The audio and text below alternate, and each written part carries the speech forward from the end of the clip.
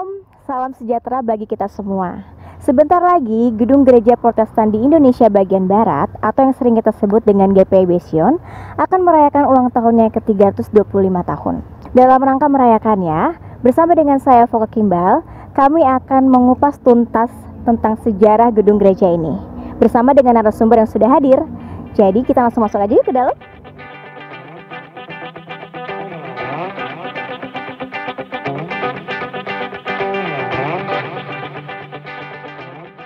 Nah, sekarang saya sudah bersama dengan narasumber kami. Sebelumnya saya mengucapkan terima kasih banyak ya Pak untuk kita bersama-sama membahas tentang sejarah gedung gereja kita ini. Mungkin banyak nih Pak yang belum tahu Bapak siapa. Mungkin Bapak bisa menjelaskan dan memperkenalkan diri Bapak. Oke, jadi sebelumnya memang saya perkenalkan dulu nama saya, yaitu Bapak Yahya Pociratu, yang kebetulan saat ini background saya adalah sebagai petugas juru pelihara situs yang kebetulan saat ini ditempatkan di situs Gereja GPIB Sion. Oke, baik. Kayaknya kita semua udah penasaran nih Pak, pengen tahu lebih banyak lagi tentang sejarah gedung kita ini. Sebenarnya asal muasalnya gereja kita ini apa sih Pak? Oh iya, jadi berbicara asal muasal Gereja Sion ini sendiri, alangkah baiknya kita narik ke belakang dulu tentang gereja-gereja pertama kali di kota Batavia saat itu. Yaitu pertama kali gereja yang berdiri di kota Batavia saat itu adalah gereja Kruiskerk, atau juga dibilang dengan gereja salib. Tepatnya pada tahun 1640 dia didirikan. Kemudian yang kedua adalah gereja Portugis Binnenkerk, atau juga dibilang sebagai gereja Portugis di dalam tembok Batavia saat itu. Dan yang ketiga baru gereja Portugis Buitenkerk, atau gereja yang berada di luar tembok Batavia, yaitu gereja Sion sekarang ini. Gereja kita ini ya Pak ya. Kalau boleh tahu dulunya ini apakah udah ada gedung ini atau memang tadinya tanah kosong atau gimana Pak? Iya. Mungkin bisa dijelaskan. Iya, jadi sebelum gereja yang seperti sekarang kita lihat ini di tempat yang sama, sebelumnya adalah sebuah pemakaman yang disebut juga sebagai pemakaman Jasenkerkhof saat itu. Pemakaman itu sendiri diperuntukkan sebenarnya buat pemakaman kaum Mardikers atau kaum budak saat itu. Kaum Mardikers itu apa Pak? Ya, kaum Mardikers itu adalah kaum budak yang dibawa dari zaman Portugis juga, kemudian ditawan sama Belanda dan dibawa ke Batavia. Kaum ini kaum yang dimerdekakan istilahnya, dibebaskan dari perbudakan dengan satu syarat, asalkan mereka mau beralih keyakinan saat itu. Setelah banyak sekali yang mengalami peralihan keyakinan, akhirnya dari mana tuh Pak agamanya? Dari Portugis, dari Katolik saat itu, karena mayoritas penduduk Portugis yang di Batavia saat itu adalah Katolik. Lahirnya kaum Mardikers ini karena penawaran sifat berpolitik sedikit Belanda saat itu, bahwa untuk menyebarkan agama Protestan dia harus menekan dengan sebuah surat yang namanya surat pembebasan. Ada surat pembebasan ya Pak? Surat pembebasan, sehingga mereka ini yang mau dibebasin dari perbudakan saat itu harus beralih keyakinan dari Katolik ke Protestan. Nah, setelah mereka dibebasin, maka mereka disandang namanya itu sebagai kaum Mardikers atau kaum yang dimerdekakan saat itu. Nah, sebenarnya tuh luas bangunannya memang udah segitu apa lebih luas lagi Pak? Oh iya, jadi kalau bicara tentang luas areal atau luas bangunan sama luas areal gedung gereja ini, karena kecenderungan Belanda itu dulu dia menggunakan batas-batas, yaitu kali atau jalan setapak. Jadi kalau saya lihat sekarang dari luas yang ada, mungkin ada perubahan luas gereja Sion sendiri. Apalagi pada tahun 84 itu ada pemotongan atau diambil alih sebagian halamannya dia buat pemerintah membangun jalan saat itu. Akhirnya di halaman di sisi utara gereja ini akhirnya diambil alih oleh pemerintah untuk pembangunan jalan, kemudian di halaman barat juga diambil alih untuk pembangunan jalan raya.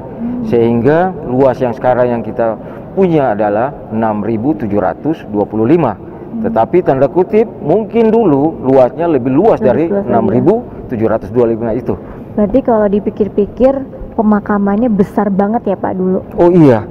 Jadi pemakaman ini sendiri betul besar sekali karena dia ada namanya tuh penambahan areal untuk pemakaman.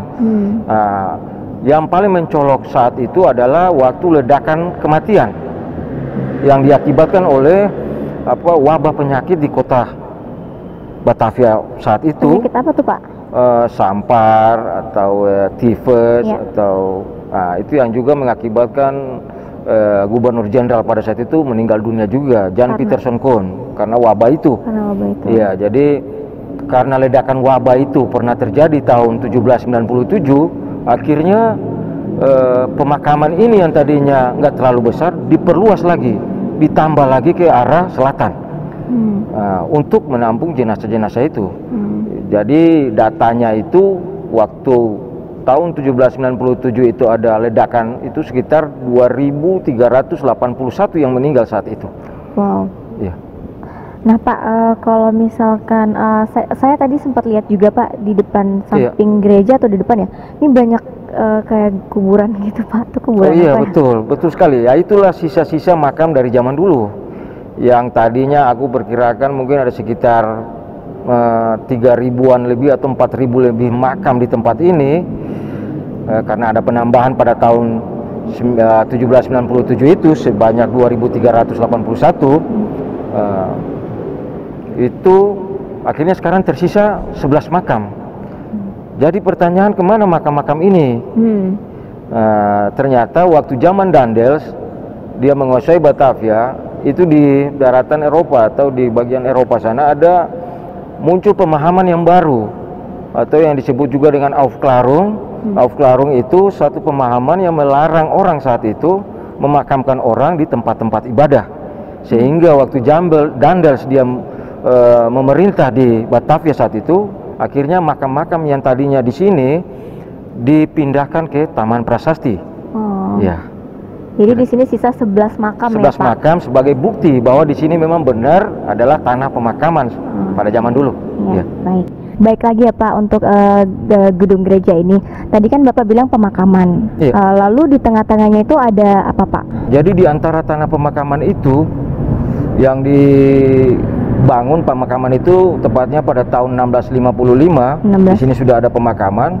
Di antara tanah pemakaman itu ada sebuah gubuk sederhana yang konstruksinya dari bambu dan dia punya atapnya itu dari jerami saat itu. Apa itu pondok sederhana? Pondok sederhana itu sebuah pondok yang dibangun oleh kaum Mardiker saat itu untuk mereka berkumpul dan belajar tentang katekisasi atau tentang agama saat itu. Jadi asal muasal gereja itu sebelum dibangun yaitu memang benar bahwa di sini telah ada sebuah pondok sederhana tempat belajarnya katekisasi atau agama itu. Oke, baik. Kalau saya boleh tahu, ini kan kalau kita lihat dari gedungnya nih kayaknya ornamen kayak Belanda-Belanda gitu ya Pak. Tapi kan tadi Bapak juga bilang kalau ini gereja Portugis. Sebenarnya yang mendirikan itu Portugis atau Belanda ya Pak? Iya, ini banyak sekali dari masyarakat umum karena embel-embel namanya itu atau nama dia menyandang nama Portugis Butenker saat itu, sehingga banyak sekali yang berpikir bahwa bangunan ini adalah bangunan yang dibangun oleh Portugis. Padahal yang bangun bangunan ini sendirinya adalah dari pihak Belanda saat itu. Nah, sebenarnya nih Pak, tujuan Belanda untuk mendirikan gedung gereja ini apa sih Pak? Iya, jadi tujuan dari Belanda sendiri untuk membangun gereja ini yang paling utama adalah untuk menampung jemaat atau ledakan jemaat pada saat itu, yang notabene sebagian besar adalah jemaat-jemaat Mardikers atau jemaat-jemaat budak yang diberdekakan pada saat itu. Jadi memang itu tujuan utama Belanda, yaitu menampung jemaat-jemaat Portugis pada saat itu, sehingga mungkin juga akhirnya dikasih nama sebagai Portugis Butenker. Oh ya Pak, ini kan saya lihat banyak pilar-pilar nih Pak di dalam gedung gereja ini. Terus saya pernah dikasih tahu kalau ternyata tuh dulunya tuh kayu, bukan seperti ini. Itu benar nggak ya Pak? Iya, jadi betul sekali bahwa sebenarnya tiang penyangga ini adalah kayu. Awalnya. Iya, jadi bukan seperti yang sekarang kita lihat ini, yaitu berbentuk pilar-pilar helos, tetapi awalnya itu sebenarnya kayu sebagai penyangga dari bangunan ini. Tetapi pada tahun 1725, karena mulai mengalami kerusakan kayu-kayu penyangganya itu, akhirnya Belanda memutuskan untuk membungkus pilar-pilar kayu ini dengan pilar beton. Terus saya juga lihat kayaknya lantainya nih benar-benar gak dirubah sedikit pun ya Pak sampai sekarang ya Pak? Iya, betul. Ini dari apa sih Pak lantainya kalau boleh tahu? Sebenarnya ini lantainya terbuat dari batu alam ya, atau batu granit sebenarnya. Ya memang mungkin karena zaman dulu belum ada istilah apa seperti tegel-tegel zaman modern sekarang ini. Ya, ini sebagai bahan lantai buat bangunan-bangunan zaman dulu. Yang dipakai ya batu granit. Nah, saya sempat lihat tuh Pak contoh batunya dan itu lumayan berat. Nah, kira-kira ini berapa ya Pak beratnya? Nah, ini kalau satu batu aja ini yang ukurannya 40 kali 40 cm persegi ini beratnya kurang lebih ada 10 kilo. Wow. 10 kilo. Sih kadang juga heran sih Pak kalau orang zaman dulu tuh kayaknya kayak yang tadi Bapak bilang kalau lantai ini berat banget, tapi mereka tuh bisa gitu ya Pak ya? Iya, ya itu teknologi zaman dulu itu kita nggak pernah tahu seperti apa ya, dia dibuatnya seperti apa, tetapi gimana ya, mungkin ada dulu teknologi alat yang mereka bisa pakai untuk memotong batu-batu ini. Yang kita nggak tahu ya Pak? Kita nggak pernah tahu. Ya benar-benar. Lanjut lagi Pak untuk pertanyaannya, saya mau tanya untuk selain pilar-pilar ini ada lagi nggak Pak yang dirubah? Oh iya, kalau konstruksi bangunan ini sendiri, saya jelasin sedikit tentang konstruksi bangunan ini, bahwa Gereja Sion ini dia berdiri di atas tiang pancang yang namanya dolken. Dolken. Ya, ada kurang lebih 10.000 kayu dolken yang dipakai buat fondasi bangunan ini. Nah, apa itu dolken? Dolken adalah kayu-kayu log bulat yang mungkin diameternya 20 cm, itu diikat menjadi satu. Setelah diikat menjadi satu ikatan yang besar, itu yang dipakai buat pancang tiang bangunan ini. Untuk fondasi gedung ini ya Pak? Fondasi bangunan ini, iya betul. Kalau sekarang kan banyaknya pakai beton gitu ya Pak? Iya, kalau sekarang kan pakai tiang beton itu. Iya. Oke, baik.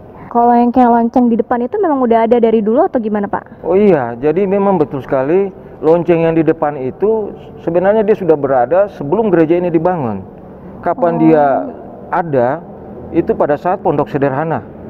Jadi pondok sederhana itu sudah ada lonceng ya? itu, iya. Jadi usia lonceng itu dia sudah hampir kurang lebih tua dari bangunan ini. Selisihnya ada sekitar 20 tahun lebih lah. Karena lonceng itu dibuat pada tahun 1675. Iya. Baik. Sementara gereja ini sendiri dibangun pada tahun atau diresmikan 1695. Untuk gedung gereja kita ini kan sudah 325 tahun ya Pak ya? Iya. Sudah berapa kali sih Pak terjadi restorasinya? Iya, jadi restorasi pertama kali dilakukan terhadap bangunan ini yaitu pada tahun 1920. Itu pertama kali ya? Itu pertama kali dilakukan restorasi oleh pemerintah Belanda saat itu. Kemudian yang kedua pada tahun 1976. Itu sudah oleh pemerintah Indonesia. Dan terakhir kali bangunan ini direstorasi yaitu pada tahun 2002 kemarin. Iya. Oh, itu paling terakhir ya Pak? Itu 2002. Yang paling terakhir. Kira-kira direstorasi lagi ya nih Pak menurut Bapak? Sampai sekarang kita lagi usahakan ke depan agar mungkin bangunan ini mendapat perawatan atau perhatian dari pemerintah juga. Jadi ya mudah-mudahan dalam waktu dekat inilah kita bisa dapat perhatian dari pemerintah untuk merestorasi bangunan ini kembali. Ya, amin. Oke, next saya juga mau tanya Pak, perubahan apa sih Pak dari restorasi itu? Jadi kalau restorasi pertama kali tahun 1920 itu restorasi paling besarnya di bagian penutup atau atapnya. Atapnya ya Pak? Iya, atapnya. Jadi kalau kita bandingkan dengan data-data tahun 18-an atau itu sama data tahun sekarang, itu sudah mengalami perubahan atap gereja ini. Iya, dia sudah mengalami perubahan. Jadi kalau dulu sifatnya masih, kalau kita dari atas masih seperti persegi 4, kalau sekarang dia sudah agak lancip ke atas. Jadi itu terjadi kapan perubahannya? Ya terjadi pada saat restorasi tahun 1920 itu. Kalau untuk jendela ini Pak, kita lihat tinggi besar terus ada lambang love-nya, itu ada artinya nggak Pak? Sebenarnya gambar Ya, jendela sendiri. Kalau kita berbicara tentang jendela sendiri, orang banyak sekali bertanya tentang lambang love di atas jendela itu. Sebenarnya sederhananya yaitu gambar itu dulu dipakai karena karakter orang pribumi di sini. Oh, penuh cinta Ramah tamahnya. Penuh kasih. Sebenarnya itu yang menjadi dasar dipakai Love. iya. Gambar love itu atau motif love itu di atas. Di satu sisi juga ada bahwa mungkin karena orang Kristiani selalu dilambangkan dengan kasih itu atau cinta itu ya. Iya, oke, baik. Untuk tembok memang dari dulu itu warnanya memang sudah putih atau gimana, Pak? Oh iya, jadi memang betul sekali kalau soal tembok ini tebalnya ada sekitar 45 cm. Iya, dibangun itu ya ini dia punya komposisinya yaitu ada bata merahnya, terus ada bubuk bata merahnya, ada pasirnya, dan sebagai perekat saat itu adalah minyak gula panas sebagai perekat. Iya, jadi kalau warnanya tembok ini memang dari dulu putih. Dan dianjurkan sampai sekarang ini sebenarnya lebih bagus warna putih. Kenapa? Karena bangunan dulu dia kenapa bisa lebih kuat karena ada sifat penyerapan dan penguapan. Nah, bahan apa yang paling kita gampang untuk pakai yaitu kapur. Tidak dianjurkan sama sekali untuk memakai bangunan-bangunan yang di luar dibilang sebagai SOP dalam bidang restorasi. Makanya lebih dianjurkan sebenarnya lebih baik putih. Warna putih ya, Pak. Ya. Oh ya, Pak. Nah, kalau orang zaman dulu kan biasanya nggak ada listrik ya, Pak ya? Pasti mereka banyaknya kayak pakai lilin gitu. Tapi saya lihat nih kayaknya ada lampu-lampu ini gimana tuh, Pak? Oh iya. Jadi betul sekali bahwa yang Adi lihat ini adalah namanya kandelar atau lampu lilin gantung zaman dulu. Karena memang zaman dulu nggak ada listrik sehingga orang memakai penerangan yaitu candle atau lilin saat itu.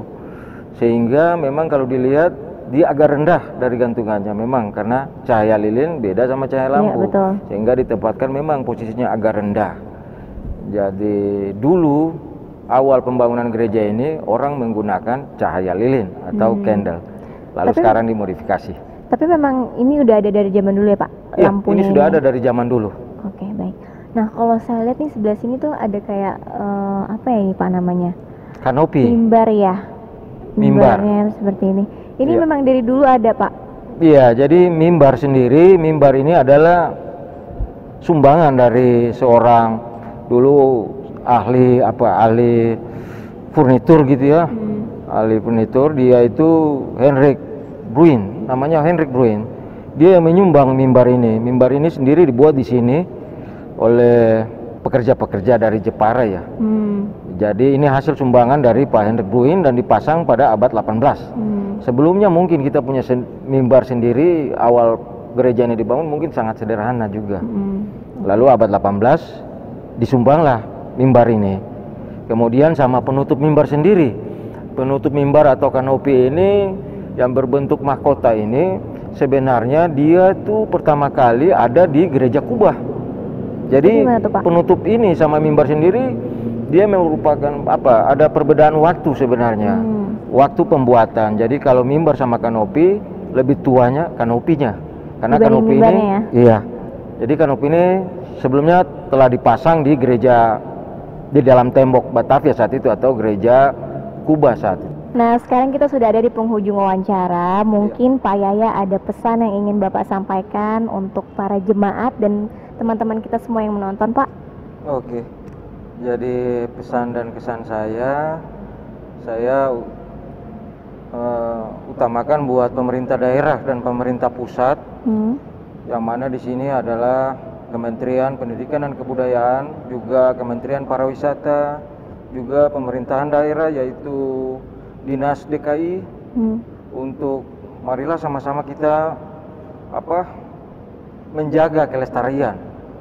Karena gereja Sion ini atau Portugis Butankerk ini sudah menjadi salah satu spot budaya di Indonesia. Jadi sayang sekali kalau kita malah membiarkan dia karena usia, karena perubahan iklim, zaman, akhirnya dia rusak begitu aja. Makanya saya berhimbau buat pemerintah daerah dan pusat untuk marilah sama-sama menjaga bangunan ini. Dan juga buat jemaat atau masyarakat umum lainnya, begitu pula dengan tokoh-tokoh atau petinggi-petinggi di negara ini, untuk marilah sama-sama kita menjaga kelestarian dari bangunan ini, karena bangunan ini sudah merupakan salah satu spot nasional budaya Indonesia. Oke, terima kasih Pak. Saya mengucapkan terima kasih sekali lagi atas waktu dan informasinya. Semoga kita bisa bertemu lagi di lain kesempatan ya Pak. God bless you. Masih banyak cerita di balik sejarah gedung gereja yang akan memasuki usia 325 tahun. Dan begitu banyak cerita sejarah yang akan kita kupas bersama dengan saya Foka Kimbal dalam pertemuan selanjutnya untuk menyongsong ulang tahun Gereja GPIB Sion yang ke-325 tahun. Tuhan Yesus memberkati. Bye.